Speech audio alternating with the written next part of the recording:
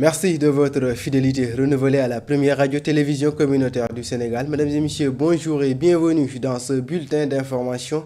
À Kaffrine, se procurer une bouteille de gaz butane relève du parcours de combattants en ce mois de Ramadan. La forte demande, conjuguée aux longues files d'attente à l'usine d'approvisionnement, ralentit le ravitaillement des dépôts. Les responsables se veulent toutefois rassurants et assurent œuvrer pour un retour à la normale. C'est un reportage signé Fatou Sall. Les ménages font actuellement la navette entre le dépôt de gaz butane, les grossistes et les boutiques à la recherche de bouteilles de gaz. En trouver relève du parcours du combattant. La situation est actuellement difficile. À chaque fois que nous entendons dire qu'un endroit dispose de bouteilles de gaz butane, nous nous y rendons et dépensons jusqu'à 600 francs CFA pour le transport. Selon le gérant de l'unique dépôt de gaz à Kaffrine, la situation serait liée aux longues files d'attente à l'usine d'approvisionnement. Auparavant, nous allions à l'usine pour nous réapprovisionner et le stock nous permettait de vendre pendant une semaine avant un nouveau ravitaillement. Mais actuellement, le chargement ne dure que 2 jours. Depuis, à chaque déplacement à l'usine, nous faisons face à une longue file d'attente. Autre facteur avancé, la forte demande en cette période de Ramadan qui accentue la pression sur les stocks. En période de Ramadan, la demande en gaz butane augmente considérablement. À titre d'exemple, si nous vendons habituellement 5000 bouteilles par mois durant le Ramadan, ce chiffre peut atteindre jusqu'à 8000 bouteilles. Dans le document, en attendant un retour à la normale, les ménages multiplient les démarches. Toutefois, le gérant rassure que des mesures sont en cours pour rétablir la situation dans les plus brefs délais. Fatou Sall, après les difficultés d'approvisionnement en gaz butane à Kaffrine, direction sud du pays, dans le département de Médina Yoro Foulah, c'est l'environnement qui suscite l'inquiétude avec une déforestation de plus en plus préoccupante, fragilisant un écosystème déjà mis à rude épreuve avec les feux de brousse et l'exploitation abusive des forêts classées. Face à cette situation, les acteurs communautaires, autorités locales intensifient les actions de sensibilisation et appellent à des mesures urgentes pour préserver ces espaces protégés. Samba Diaw.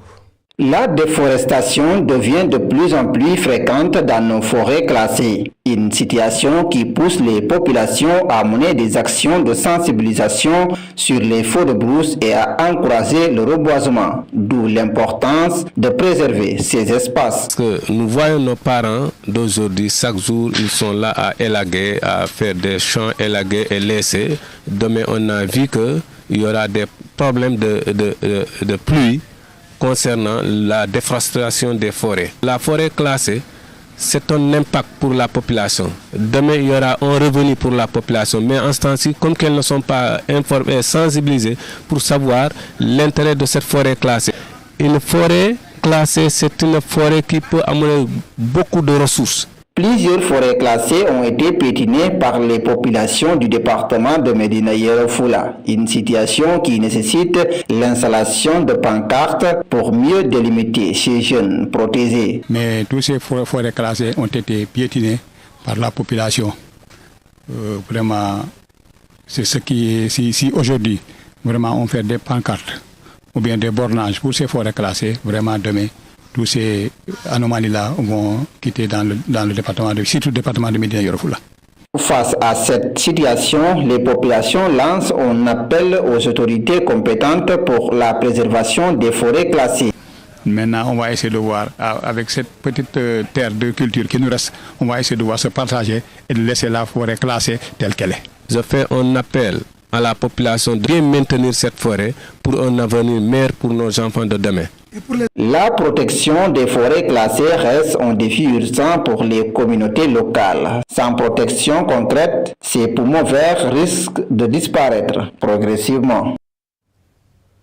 Face aux défis environnementaux, les initiatives se multiplient ailleurs à Thiès. La Sonaged SA a lancé à la place de France l'opération Corset 2026 est un vaste programme de propreté et d'assainissement doté d'un dispositif humain et logistique renforcé. Cette initiative vise à offrir aux populations un cadre de vie sain alors que la capitale du rail se prépare aux célébrations de la 4 avril. Adama Baymania. À Thiès, le Ramadan sera placé sous le signe de la propreté.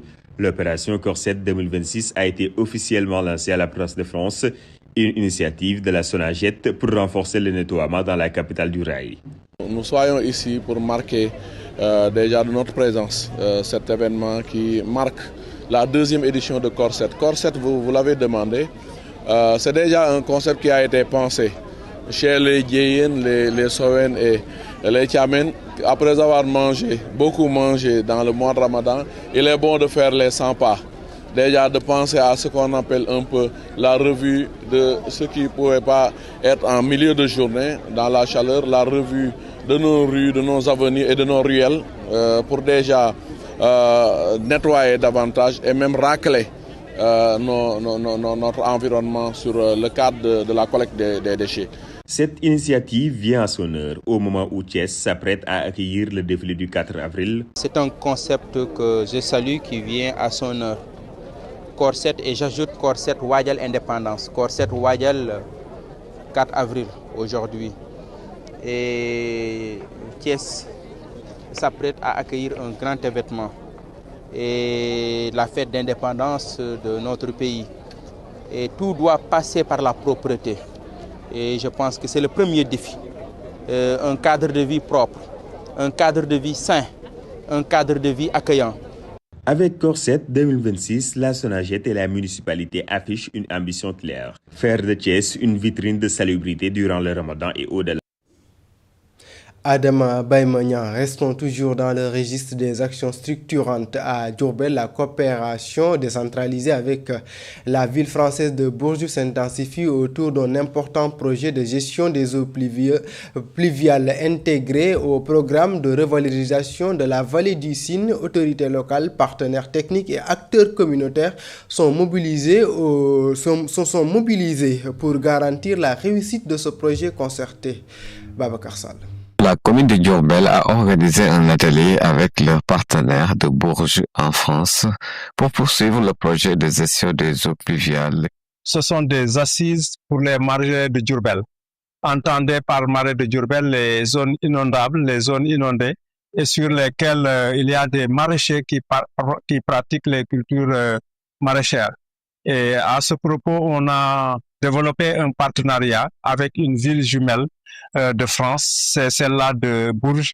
Depuis 2022, c'était dans le cadre d'un projet dénommé Boudjou. Et celle-là, cette deuxième phase-là s'appelle Disso. Ce projet s'inscrit dans le cadre de la revalorisation de la vallée du Sine qui traverse Diourbel, avec pour objectif de créer des emplois à l'image de la ville de Bourges. Et à ce propos, Diourbel qui a des marais qui sont similaires à celle-là de Bourges, nous avons jugé utile de voir d'aller en France pour voir comment ils font pour arriver à transposer ce que les maraîchers de Bourges font, que l'on puisse transférer cela à Diourbel.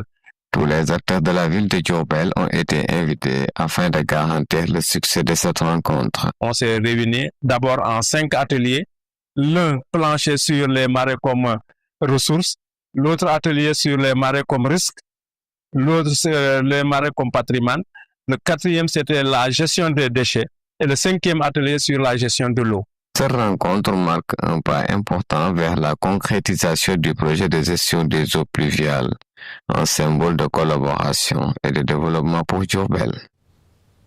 Et pendant que les projets structurants voient le jour, les réalités climatiques, elles, pesent sur le quotidien de certains travailleurs. À Kaolack, la canicule impacte fortement l'activité des conducteurs de moto Jakarta à ce mois de Ramadan. Beaucoup d'entre eux ont dû adapter leurs heures de travail, mais malgré ces ajustements, leur chiffre d'affaires accuse une baisse sensible. C'est une correspondance d'Ousmane Dem.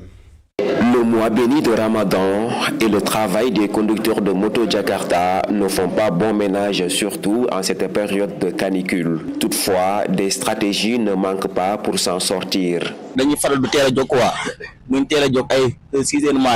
Nous démarrons le travail à 6 h du matin.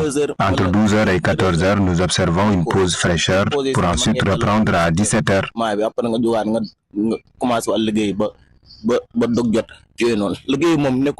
Durant cette période, le chiffre d'affaires de ces conducteurs de moto Jakarta baisse considérablement.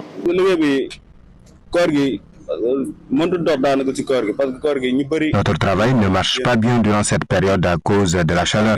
Les clients ne sortent presque plus à certaines heures de la journée. Nous ressentons difficilement les conséquences.